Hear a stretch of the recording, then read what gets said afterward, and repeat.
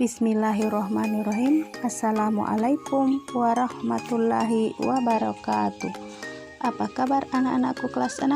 Insya Allah kita semua masih tetap dalam lindungan Allah Subhanahu wa Ta'ala. Amin ya Robbal Alamin. Hari ini kita akan belajar Akidah Akhlak kelas 6 bab 5, jauhilah akhlak tercela. Minggu kemarin kita sudah belajar tentang akhlak terpuji, yaitu pemaaf, tanggung jawab, adil, dan bijaksana. Ibu guru harapkan kalian dapat mengaplikasikan akhlak-akhlak terpuji itu di dalam kehidupan kalian sehari-hari. Nah, untuk pertemuan kita kali ini, kita akan belajar tentang akhlak tercela, yaitu pemarah, fasik, dan pilih kasih. Namun sebelum masuk ke materi, kita berdoa dahulu dengan membaca basmalah. Bismillahirrohmanirrohim. Baiklah, sebelum masuk ke materi, Ibu akan bacakan tujuan pembelajaran kita kali ini. Yang pertama, setelah menyimak video pembelajaran, kalian dapat menjelaskan pengertian dan dalil akhlak tercela, baik itu pemarah, fasik, dan pilih kasih dengan tepat. Yang kedua, setelah menyimak video pembelajaran, kalian dapat menyebutkan contoh dan hikmah akhlak tercela, pemarah, fasik, dan pilih kasih dalam kehidupan sehari-hari. Ayo kita langsung saja pada materi yang pertama, yaitu pemarah. Marah atau gadab merupakan luapan perasaan seseorang yang tidak senang karena sesuatu, mungkin karena dihina, dibohongi, atau sesuatu keinginan yang tidak tercapai, dan sebab lainnya.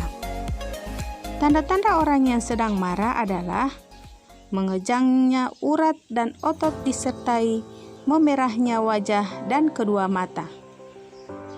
Wajah tampak cemberut atau muram dan dahi mengerut. Permusuhan dengan orang lain melalui lisan dan sebagainya. Membalas musuh dengan balasan yang setimpal dengannya atau lebih parah darinya, tanpa memikirkan akibatnya. Berikut bagaimana supaya kita tidak marah? Tentunya kita harus bersabar dan berlatih mengendalikan diri dengan cara ketika hendak marah dalam keadaan berdiri, sebaiknya kita mengambil tempat yang lebih rendah atau duduk. Dan ketika sedang berhadapan dengan seseorang yang dimarahi, segera tinggalkan orang tersebut. Kemudian, ketika terasa mau marah, sangat marah, alangkah baiknya kita segera mengambil air wudhu dan segera melakukan sholat.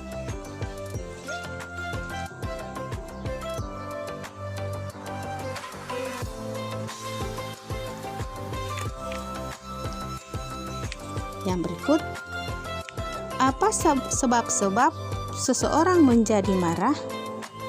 Mungkin dalam bercanda atau bersenda gurau secara berlebihan. Berikut bersikap sombong dan menganggap remeh orang lain. Berdebat tanpa ilmu sehingga berubah jadi pertengkaran. Nah, berikut dalil pemarah, yaitu ada di Quran Surah An-Nur ayat 21. A'udzu billahi minasyaitonir rajim. Bismillahirrahmanirrahim. Ya ayyuhalladzina amanu la tattabi'u khutuwatis syaiton wa may yattabi'u khutuwatis syaitoni fa innahu ya'muru bil fahsai wal munkar walaula fadlullahi alaikum warahmatuhu ma jaka minkum min ahadin abada walakillahu yazakki may yasha wallahu sami'un alim, yang artinya, wahai orang-orang yang beriman, janganlah kamu mengikuti langkah-langkah syaitan. Barang siapa mengikuti langkah-langkah syaitan, maka sesungguhnya dia, setan, menyuruh perbuatan yang keji dan mungkar. Kalau bukan karunia Allah dan rahmat-Nya kepadamu, niscaya tidak seorang pun di antara kamu bersih dari perbuatan keji dan mungkar.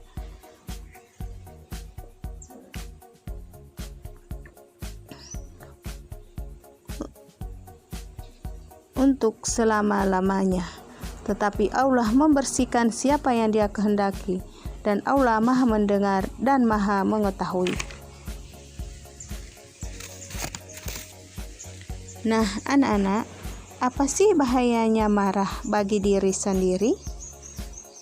Yaitu, marah dapat meretakkan hubungan persaudaraan dan pertemanan, karena orang yang dimarahi akan merasa dicemooh dan dihina, terlebih jika orang yang dimarahi itu tidak bersalah. Orang yang suka marah akan dijauhi orang. Kita tentu tidak suka bergaul dengan orang yang pemarah.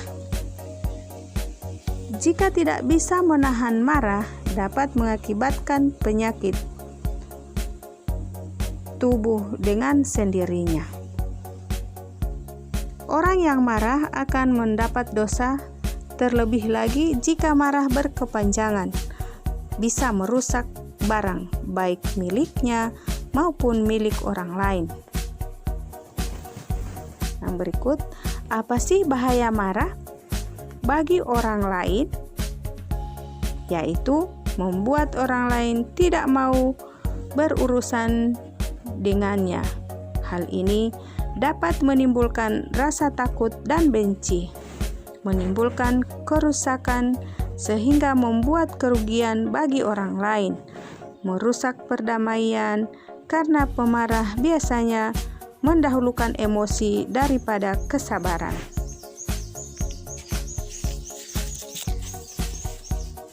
Nah, bagaimana cara agar kita mampu menahan dan terhindar dari marah? Yaitu berpikir tentang ayat atau hadis Nabi tentang keutamaan menahan amarah.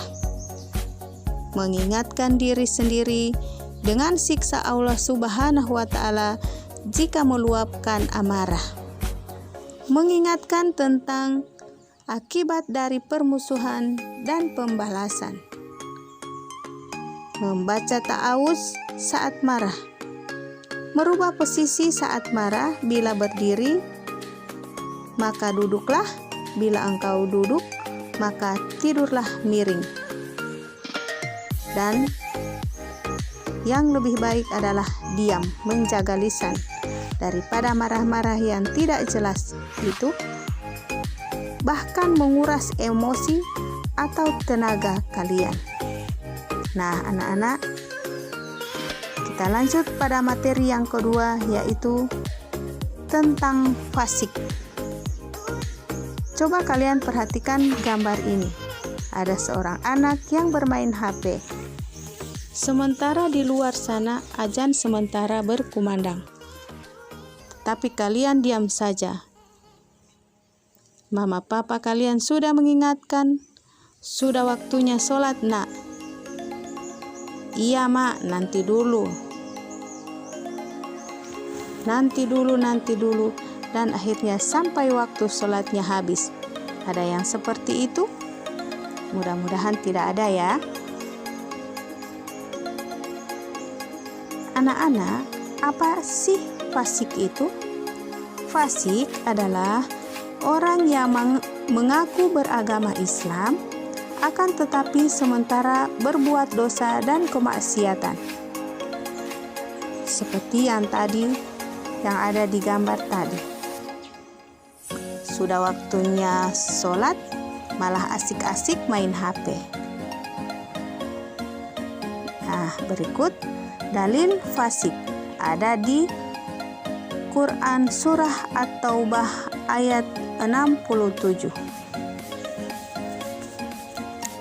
Bismillahirrahmanirrahim. Al-munafiquna wal munafiqatu ba'duhum min ba'di ya'muruna bil munkar wa yamhauna 'anil ma'rufi wa yaqbiduna aydiyahum nasullaha fanasiyahum innal munafiqina humul fasiqun. Artinya, orang munafik, laki-laki dan perempuan, satu dengan yang lain adalah sama. Mereka menyuruh berbuat yang mungkar dan mencegah berbuat yang ma'ruf, dan mereka menggenggamkan tangannya atau kikir. Mereka telah melupakan kepada Allah, maka Allah melupakan mereka pula. Sesungguhnya orang-orang munafik itulah orang-orang yang fasik. Berikut kita masuk pada materi yang ketiga, yaitu pilih kasih. Apa sih pilih kasih itu? Pilih kasih ini berarti memihak atau berat sebelah. Cerminan sikap tidak adil seseorang kepada yang lain. Pilih kasih biasanya akan terucap dari mulut seseorang ketika merasa diperlakukan berbeda dari yang lain, padahal merasa memiliki hak serta status yang sama dengan orang-orang yang diistimewakan tersebut. Dalil pilih kasih yaitu hadis Nabi SAW yang artinya, dari Nu'man bin Bashir radhiyallahu anhu, bahwasanya ayahnya datang membawanya menemui Rasulullah sallallahu alaihi wasallam. Dia berkata, "Sungguh aku telah memberi pemberian berupa seorang hamba sahaya milikku kepada anakku ini." Kemudian Rasulullah berkata, "Apakah semua anakmu mendapat pemberian seperti anakmu ini?" Ayah Nu'man menjawab, "Tidak." Maka Rasulullah Shallallahu Alaihi Wasallam pun bertanya, "Apakah engkau senang apabila mereka, anak-anakmu semuanya berbakti kepadamu?" Lalu ayahnya An-Nu'man menjawab, "Aku mau, wahai Rasulullah." Lalu Rasulullah bersabda, "Kalau begitu, jangan kau lakukan pilih kasih." Hadis riwayat Muslim. Pemberian harus diberikan secara adil. Boleh membedakannya jika ada alasan tertentu dan dipandang perlu menurut kebutuhan masing-masing. Jadi yang namanya pilih kasih terhadap sesama manusia akan menimbulkan dampak buruk seperti permusuhan, kedengkian, dan kebencian di antara sesama. Kemudian akibat selanjutnya akan terjadilah pemutusan hubungan atau pemutusan hubungan silaturahmi yang disebabkan oleh sikap pilih kasih tersebut. Nah, demikianlah pembelajaran kita kali ini. Ibu harapkan kalian semua tidak ada yang mempunyai sifat akhlak tercela seperti yang tadi Ibu sudah jelaskan. Karena insya Allah semua anak-anak Ibu, khususnya kelas 6, adalah anak yang soleh-soleha, yang selalu berbuat baik kepada sesama manusia.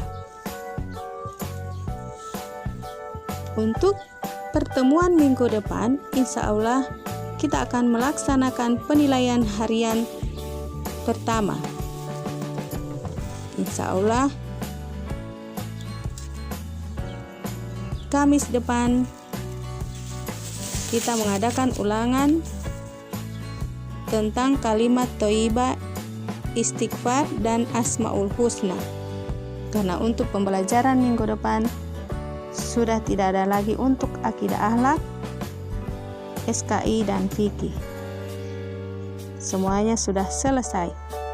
Jadi untuk tugas hari ini silahkan kalian mulai belajar materi dari bab 1 sampai bab 2. Demikian kita tutup pembelajaran hari ini dengan mengucapkan hamdalah. Alhamdulillahirabbil alamin. Semoga bermanfaat. Wassalamualaikum warahmatullahi wabarakatuh.